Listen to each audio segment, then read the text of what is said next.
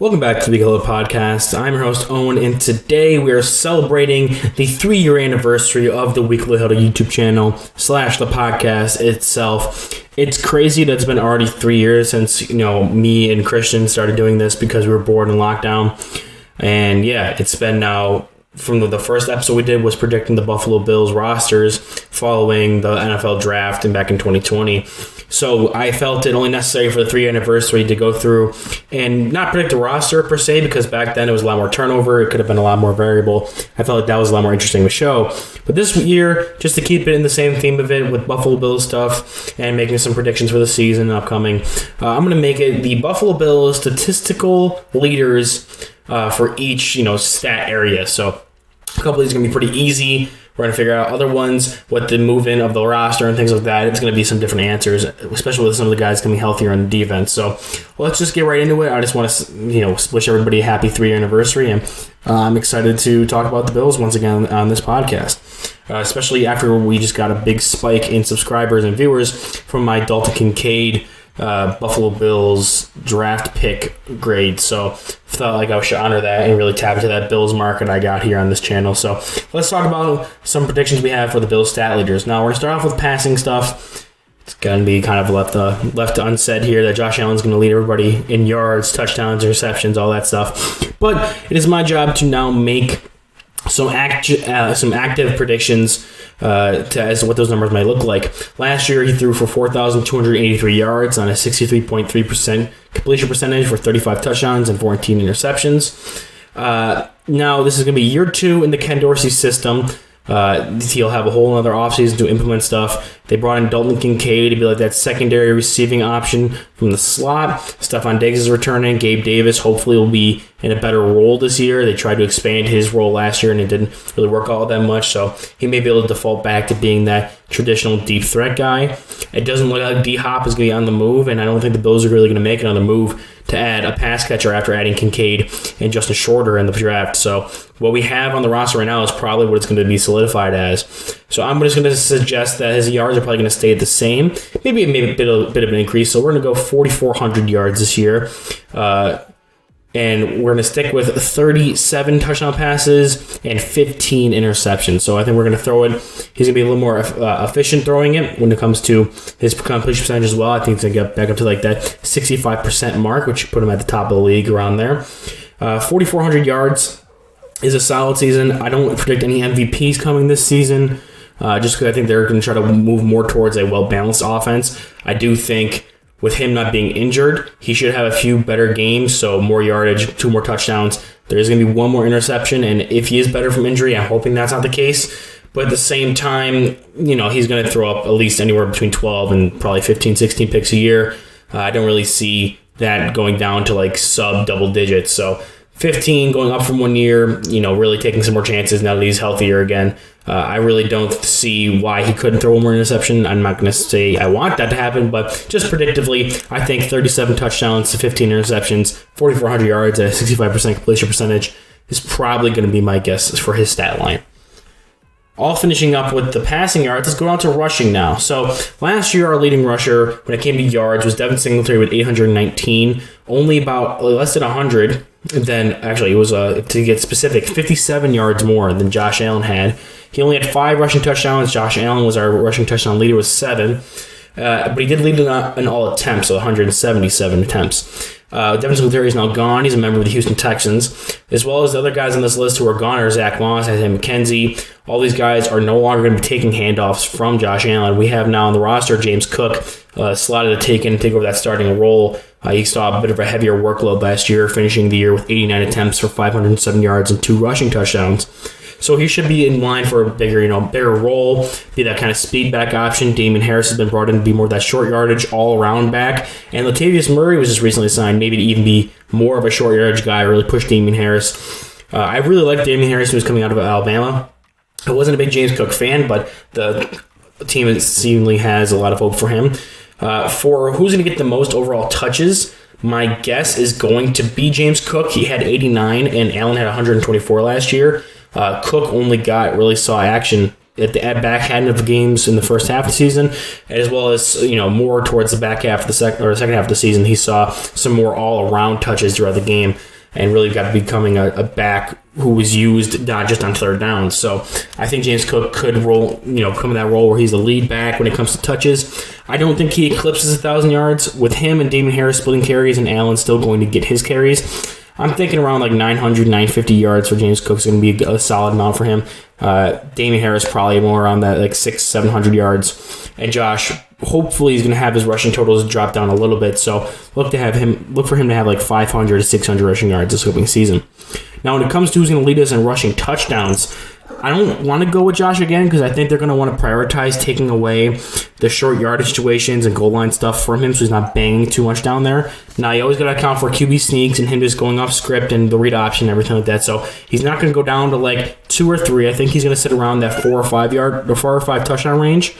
And I think a guy like Damien Harris is going to lead our team with about 8 or 9 rushing touchdowns on the season. They're going to emphasize a lot more of the rushing attack, especially with going into 2 tight end sets after drafting Dalton Kincaid. And I think Damien Harris is going to be their guy they're going to default to when it comes to those short yardage situations, as well as he's being a guy who can break off some bigger runs inside the red zone. So I think Harris is probably going to be the one in line for most of the rushing touchdown production. James Cook, my guess is probably 4 touchdowns. He'll probably be behind Allen when it comes to how many touchdowns he gets rushing wise. Not total touchdowns per se, but just rushing touchdowns. I think Allen will stick around 5, Cook will 4, and then Damien Harris leading the way with about 8 or 9. That's my prediction for that. Now, just quickly covering returner, I think barring injury, Nyheim Hines is still going to be our main return man, both punt and kick return wise. So I think he's going to be the leader in all statistical categories when it comes to that. As well as with kicking and punting, I think Sam Martin and Tyler Bass are set to be our punter and kicker of the future, respectively, especially with the extension that Sam Martin now just signed. Moving on to receiving. We had last year our receptions leader was Stefon Diggs with 108 receptions for 1,429 yards and 11 receiving touchdowns. Now that's a great season. He was a Pro Bowler. Next to him was Gabriel Davis catching 48 of 93 passes, which is kind of disgusting when you look at that drop rate, or just the catch rate specifically. Like a 50% catch rate is not good. For 836 and 7 touchdowns. It's weird because a lot of those yardage came in the first couple weeks and he kind of fell off towards the back half of the season. And then Dawson Knox tied him with 48 catches, but on 65 targets instead for 517 yards and 6 touchdowns. I would anticipate Dawson Knox's production to go down a little bit. As well, I think Gabe Davis is going to consistently be at like that around 50 catch mark. I don't think he's going to see that high of a volume of targets, so 93 targets might be his high mark for while he's a Bill.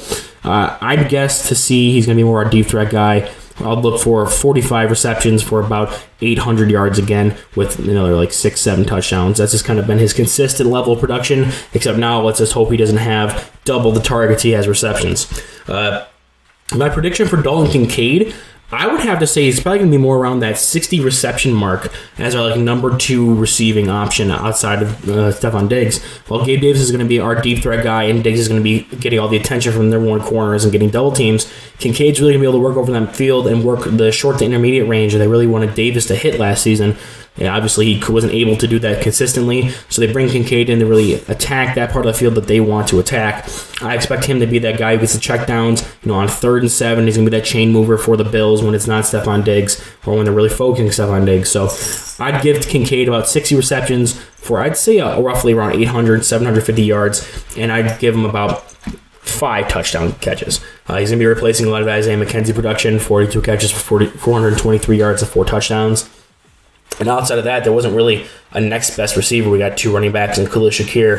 Now, Shakir may be in line to get some more targets, especially as like more of our true slot coming into the season. But at the same time, I'm not really going to hold my breath for him to do anything like that, especially if they're going to want to run a lot more 12 personnel with Gabe Davis and Stefon Diggs. That'll be your 4 receivers. I don't think Shakir's going to see nearly as much playing time as people expected to before we drafted Kincaid. So that's my prediction for receiving leaders. It's going to be Diggs, probably around like 110 receptions again. I think 1,500 yards, 11 touchdowns with a healthy Allen. Number 2 would be Dalton Kincaid with about 60 receptions. I'd say 750 yards and 6 touchdowns. I can't remember if I said Diggs a touchdowns. I think it'd be like around 10 touchdowns. I think he's going to lose some of that touchdown production to Kincaid. And then number 3 receiver is going to be Actually, by receptions, it's Kincaid as I'm predicting, but by yards, it's going to be Gabe Davis at 2 with about 50 receptions for 850 yards and about 6 touchdowns. Again, probably going to lose some of that production to Kincaid. And then Knox will chip in a good. I think he'll lose some of his production to Kincaid even more than maybe the receivers. So I think he'd be more around the 40, maybe 38 to 40 reception mark for about 400 yards and we'll go 4 touchdowns. So that's going to be our receiving leaders for the Bills heading into the 2022 season as I predicted. Now going on to defense. We have some interesting categories we're going to cover here. We're going to start with tackles. We lost our leading tackler in Tremaine Edmonds to the the Chicago Bears this year. He had 102 total tackles last year. Matt Milano coming in a close second at 99. But he did have 2 more games played than Edmonds did this past season. I do think Milano's in line to collect the most tackles this season, especially since he's going to be the one who's going to be kind of relied upon to be that starter in the linebacking core, opposed to either Dorian Williams or Terrell Bernard or whoever they decide is going to be that other number 2 linebacker in those nickel sets. So I'm anticipating Milano to really be the guy who puts up the production. Dorian Williams is probably going to be a sneaky one here, but I think Milano will eclipse the 100 tackle mark. He had 72 solo tackles last year, so even if that falls off a little bit and he's a little more assisted tackle heavy, I still think he eclipses that 100 tackle mark, especially if he plays all 16 games, unlike what he did last year. Now, switching over to sacks, we had a tie for our sack leaders with Greg Rousseau and Von Miller both chipping in 8. Now, Rousseau did it in 2 more games started. He did it in 13 games, whereas Von did it in 11. I don't anticipate Von being at least 100% come week 1, so I doubt he's going to play. I'd expect Von to play probably more towards the second half of the season. They're going to really be really careful with him. So expect Rousseau to lead our team in sacks once again this year. Hopefully he can have a fully healthy season, and I could see him pushing that double-digit sack number. My prediction for Rousseau's sack totals in 16 games is probably going to be 11.5. With Von playing only about 8 or 9 games, I think he'll have about 7 sacks, similar to what he had in 11 games this year. So I think he'll have 7 sacks in about 8 games, and Rousseau in 16 games should have about 11.5. So those are my sack leaders I'm predicting. When it comes to tackles for loss, Milano led it last year. I see no reason why he can't lead it again this year. He had 12 last year. Let's just stick with that number. Keeps it simple. Greg Rousseau and Von Miller are the only ones who were close to him with 10 each. So I think Milano is really safely going to have that category wrapped up again. Now for the pass defense metrics here. We're going to go for just straight up passes defended first, and then we'll move to interceptions secondly. Our leader in passes defense last year was Dane Jackson, followed by Matt Milano. Now, we had a lot of injuries in the secondary. Tre'Davious White really wasn't himself last year. He was really getting more confidence in that knee and had to get built up more when it came to physically after coming off that ACL surgery. So he should come back full swing, which is why he's only have 6 on the year in 6 games, which is still a pretty good metric or a mark there for pass defense per game. I don't expect Dane Jackson to really be our number 2 corner again. I know Kyler Elam and him kind of fought for it. I think Dane will be like our 3rd outside corner, maybe a substitute for Teron Johnson in case he gets hurt or if they just need to give him a breather. So I do think Tre'Davious White is going to lead our team in passes defense. I think getting above Dane Jackson's 12 is going to be pretty easy for him with the level of player he's shown to be. So I'm going to predict like 15 passes defense for Tre'Davious White leading our team come next year. And then looking at interceptions, Jordan Poyer led our team with 4 interceptions in 12 games last year, followed by Matt Milano with 3 and 15. Dane Jackson and Kyler Elam both had 2. This would be another easy place to go with Tre'Davious White, but I'm going to switch it up. I'm going to say Micah Hyde leads our team in interceptions with 5 next year. Him and Jordan Poyer will be back together probably for one last go-around as our team safety tandem, and with Poyer getting 4 and 12, that's still a really good number. And he had to play a lot more cover for when DeMar Hamlin was covering and for Micah Hyde, so he may have not had a lot of chances to get interceptions that he would have if he had somebody he trusted over there and was, accustomed to playing next to. So I really do think that Mike Hyde being back will free up Jordan Poyer a little more. But at the same time, I think Hyde being our more free safety player who's able to pick off those more downfield plays where Poyer will be asked to roll up more or be that strong safety whenever they're not in cover 4, he'll be away from playing the ball as much down the field. So I do give Micah Hyde the slight advantage if he can stay healthy the entire season. With 5, I'd expect Poyer to repeat with another 4 piece here. And, expect Travis White to chip in about 3 or 4 himself as well. And we'll see if either Christian Benford, Kyrie Elam, Dane Jackson can really improve and solidify themselves as number 2 corner and chip in another 3 with them. Teron Johnson's always good to be a good player. He doesn't really put up a lot of interception numbers, so I don't expect him to be near the top. And Matt Milano had a great season last year. He was an all-pro for a reason. So he may be able to repeat what he did this year. I really doubt he's going to be able to chip in 3, especially with the touchdown he scored. I wouldn't really hold your breath there. So, yeah, those are our interception leaders. And I believe that's it for what I'm going to cover today when it comes to our statistical leaders. It's a bit of a shorter episode today. Like I said, it's just going to be, cheering to our 3-year anniversary. I'm going to put this episode out probably next week, so it's a little closer to the 3-year anniversary. So if anything crazy changes happen with the roster between now and then, it's not my fault, but this is going to be my predictions for statistical leaders of the Buffalo Bills in honor of our 3-year anniversary, predicting the Buffalo Bills 2020-2021 roster following the 2022 draft all the way 3 years ago, which is kind of crazy to think about. So thank you guys for everybody who's been on the journey so far. Hopefully we can continue doing this. And yeah, catch you guys in the next one.